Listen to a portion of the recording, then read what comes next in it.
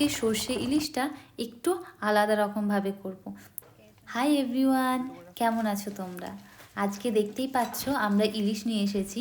অনেক দিন ধরেই আমরা অপেক্ষা করেছিলাম যে কবে দেশীয় দোকানগুলোতে ভালো ইলিশ আসবে। তো ফাইনালি আজকে আমরা পেয়ে গেছি।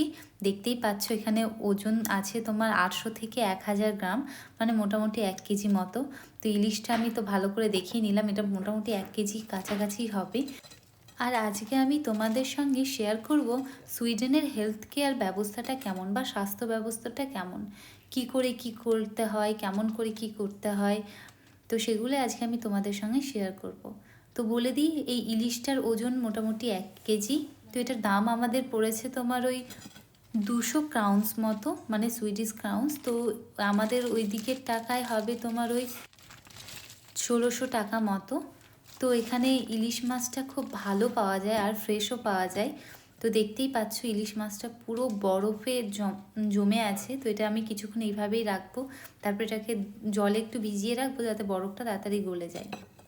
সুইডেনে আসার পর আমাদের সবাইকেই কিন্তু পার্সোনাল নাম্বার তাড়াতাড়ি হলে করে নিতে হয়, কারণ পার্সোনাল নাম্বার ছাড়া কোনো কিছুই সুইডেনে পসিবল না।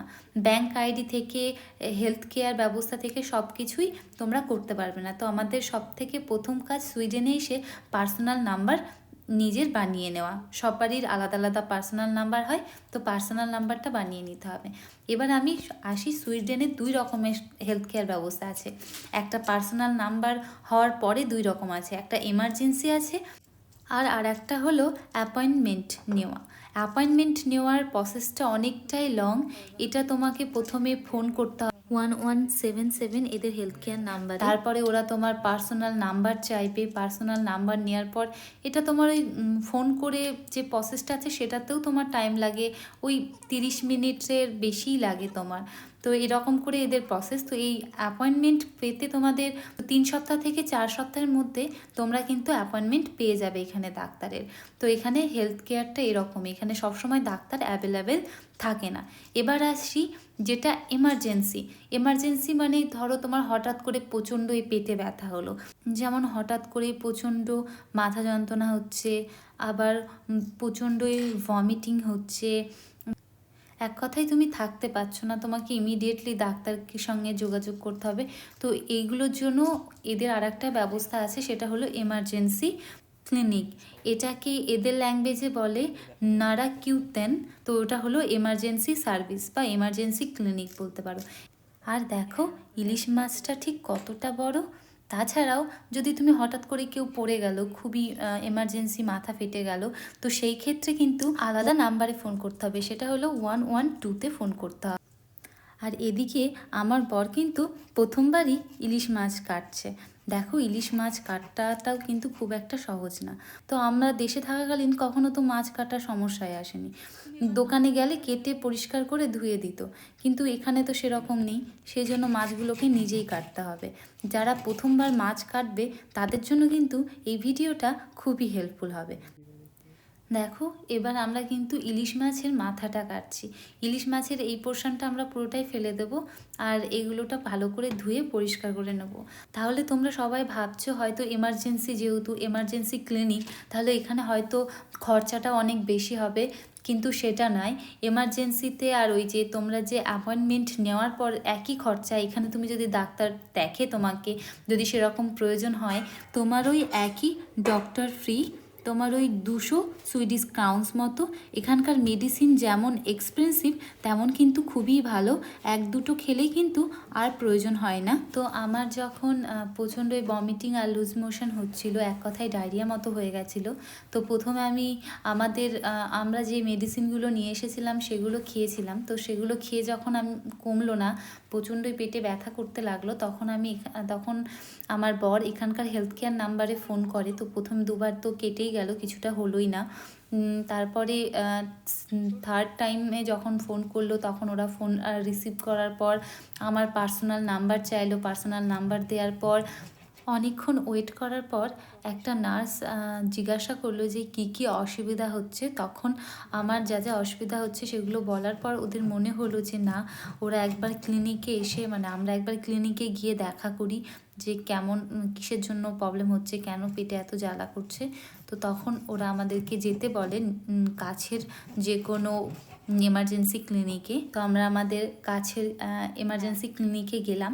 তো তার আগে বলে রাখি, তো এখানে যে প্রসেসটা হয়, যে হেলথ কেয়ার নাম্বারে যে ফোন করার প্রসেসটা হয়, এখানে একটা টাইম পর ইংলিশে হয়, কিন্তু কিছুটা টাইম পরে এখানকার সুইডিশ ল্যাঙ্গুয়েজে হয়, যার কারণে আমরা কিছুই বুঝতে পারি না। চুপচাপ যতক্ষণ না নেক্সট ফোনে কেউ আসছে ওই দিক থেকে, ততক্ষণ আমরা যে কী ফেস করতে বলছে এখানকার এই একটা খুবই সমস্যা।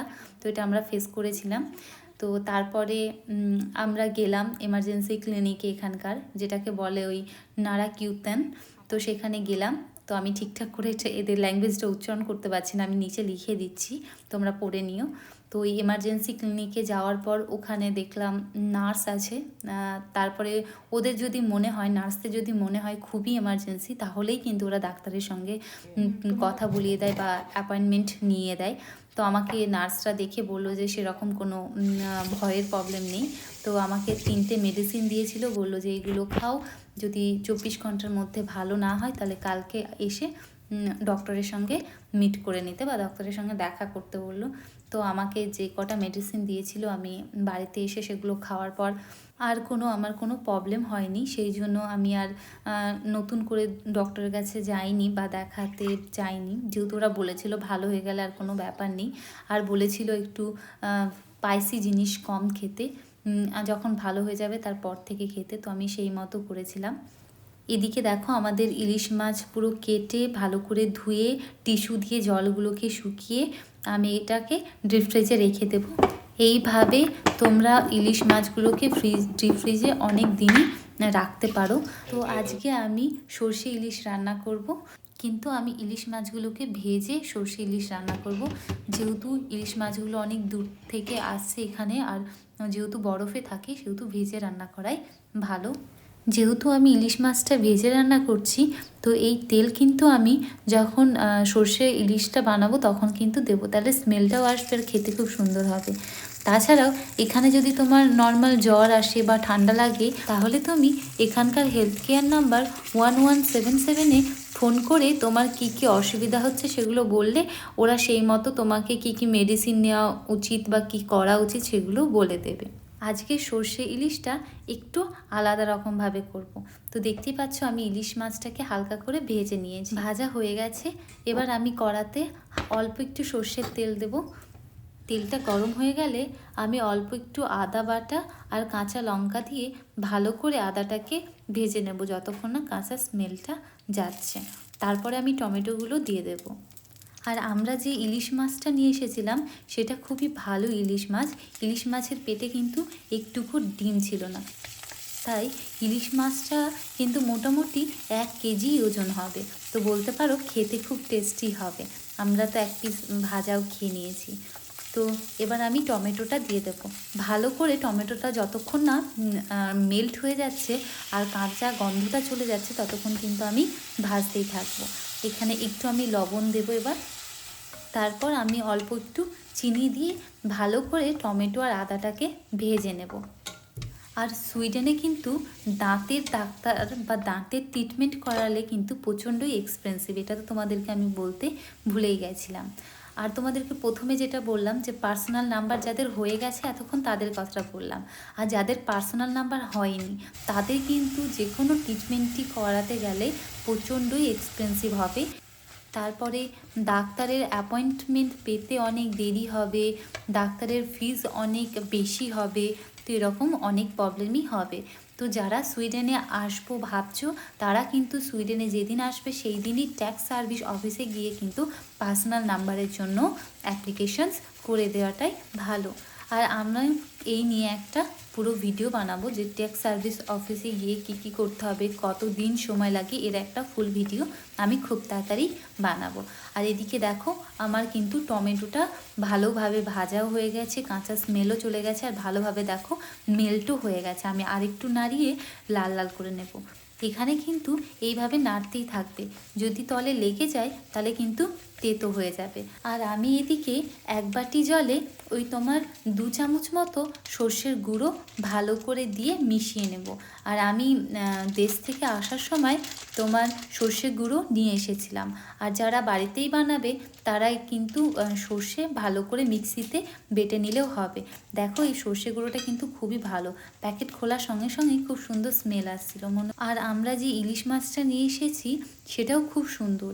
তোমরা কাটার সময় বুঝতে পারছিলে প্রচুরই তেল, জলে পুরো তেল ভাসছে, আর আমি যখন ভাজছিলাম প্রচুর তেল বেরিয়েছে। আর ইলিশ মাছ ভাজার সময় গন্ধে পুরো বাড়ি ভরে গেছে। আর এটা তো বর্ষার টাইম, এই টাইমেই তো ভালো ভালো ইলিশ পাওয়া যায়, তাই না? আর ইলিশ মাছ খেতে সববারেরই ভালো লাগে। আর ইলিশ মাছের তেল দিয়ে ভাত খেতে কার না ভালো লাগে। আর ইলিশের না কত রকম রেসিপি হয়, ইলিশ যেভাবে রান্না করা যায় সেইভাবেই খেতে ভালো লাগে। আর ইলিশের তো ফেমাস একটা রান্নাও আছে, বেগুন দিয়ে ইলিশ মাছের ঝোল, খুবই সুন্দর লাগে। তবুও আমার যেন সর্ষে ইলিশটাই ভালো লাগে। যখনই বাড়িতে ইলিশ আসে তখনই কিন্তু আমি সর্ষে ইলিশটাই খাই, আর সর্ষে ইলিশ আমার ফেভারেট। সবারই হয়তো বেগুন দিয়ে ভালো লাগে, ইলিশ মাছের বরিশালি কত রকমের রান্না আছে, তার ভিতরে আমার কিন্তু সর্ষে ইলিশটাই সবথেকে বেশি ভালো লাগে। এইদিকে আমি কিন্তু বাটিতে মিশিয়ে রাখা সর্ষেটা তেলের ওপর দিয়ে দিয়েছি। এই টাইমে কিন্তু ওভেনের টেম্পারেচার লো টু মিডিয়াম রাখাটাই ভালো, পুড়ে গেলে আবার তিতো হয়ে যেতে পারে। এবার আমি ভালো করে মিশিয়ে নিয়ে আরেকটু জল দিয়ে নাড়াচাড়া করে ঢাকা দিয়ে দেব। আর যারা সুইডেনে আসবে বা সুইডেনে আসার কথা ভাবছো তারা কিন্তু নিজেদের যেসব মেডিসিনগুলো প্রয়োজন সেগুলো কিন্তু নিয়ে আসবে। যেমন তোমার জ্বরের মেডিসিন, ঠান্ডা লাগার মেডিসিন, সবাই নিজের যদি কোনো অসুখ থাকে বা যেগুলো তোমার লাগবে, যেমন ডায়াবেটিস, অতিরিক্ত প্রেশার, এগুলোর মেডিসিন কিন্তু নিজের সাথে নিয়ে আসাটাই ভালো। দেখো আমি ইলিশ মাছ ভাজার যে তেলটা তুলে রেখেছিলাম সেটা কিন্তু দিয়ে ঢাকা দিয়ে দিলাম, তাহলে খুব সুন্দর কিন্তু স্মেলও আসবে। এবার ঢাকনা সরিয়ে আমি কিন্তু ইলিশ মাছগুলোকে গ্রেভির ওপরে দিয়ে দেব। যেহেতু আমি ইলিশ মাছগুলোকে ভেজে সর্ষে ইলিশ রান্না করছি, সেহেতু আমি এটাকে কিন্তু তোমার 10 মিনিট করে হালকা আঁচে অনেকক্ষণ ধরে ফোটাবো, যাতে মাছটা আরও বেশি সফট হয়, খেতে খুব ভালো লাগে। চলো আমাদের মোটামুটি 8 মিনিট মতো হয়ে গেছে। দেখো ঢাকনা সরাতেই এত সুন্দর একটা গন্ধ আসছে, কি বলবো তোমাদের। এবার চিড়ে রাখা কাঁচা লঙ্কা গ্রেভির ওপরে দিয়ে দেবো, তাহলে খুব সুন্দর একটা স্মেল আসবে। যেমন সর্ষের তেলের কাঁচা সর্ষের স্মেল আসবে, তেমন কাঁচা লঙ্কা, দারুণ লাগবে খেতে। আর তোমরা বলো গ্রেভিটা কেমন লাগছে। এইভাবেও তোমরা একবার ইলিশ মাছের সর্ষে রান্না করে দেখো, মানে সর্ষে ইলিশ। আর এবার আমি কিন্তু যে তেল আছে সেটা আরেকটু ওপর থেকে ছড়িয়ে দেব, তাহলে কিন্তু খুব সুন্দর খেতে লাগবে, একদম মানে যেমন কাঁচা সর্ষে ইলিশ হয় ঠিক সেই রকম। এই তেলটুকু আমি আগে থেকে তুলে রেখেছিলাম যাতে ইলিশ মাছের তেল দিয়ে ভাত খেতে পারি। তো দেখতেই পাচ্ছ কত সুন্দর গ্রেভিটা হয়েছে, আর দারুণ লাগছে, স্মেলটা খুব সুন্দর আসছে। আর কিছুক্ষণ ঢাকা দিয়ে রাখলেই কিন্তু সর্ষে ইলিশ পুরো রেডি। আর আশা করি আমি তোমাদেরকে বোঝাতে পেরেছি সুইডেনের হেলথ কেয়ার ব্যবস্থাটা ঠিক কেমন। আর এই দিকে আমাদের সর্ষে ইলিশ কিন্তু পুরো রেডি, যেমন দেখতে হয়েছে ঠিক তেমনই গন্ধ। আমি প্রথমে ভাবছিলাম যে প্যাকেটের সর্ষে কেমন হবে, কিন্তু খুব সুন্দর খেতে হয়েছে। তোমরা চাইলে প্যাকেটের সর্ষেগুলোও ইউজ করতে পারো। Tata, bye bye, see you in the next video.